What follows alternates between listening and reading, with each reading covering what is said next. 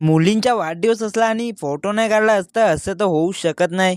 फॅमिलीमध्ये काय एक नवीन वस्तू येत आहे म्हणजेच काय गाडी. मी गाडी तर घेतली पण आमच्यापेक्षा तर ह्या लहान मुलीला आनंद झालाय जास्त.